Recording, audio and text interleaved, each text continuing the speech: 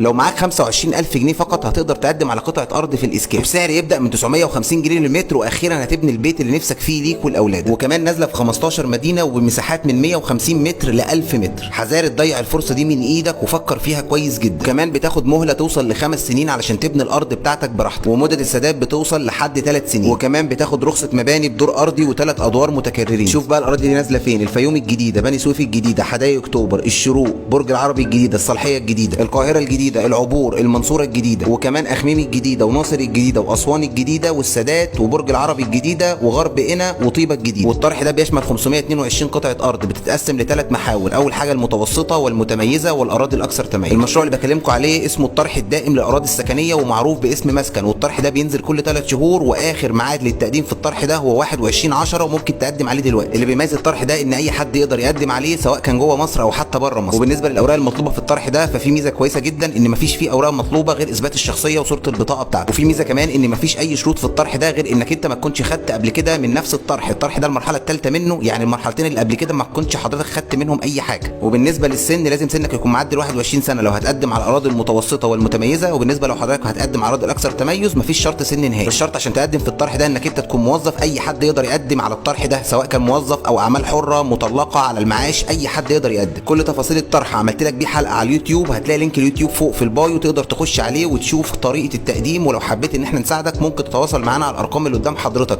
اوعى تضيع الفرصه دي. كان معكم عمر مخلوف، واتمنى الحلقه تعجبكم. سلام عليكم.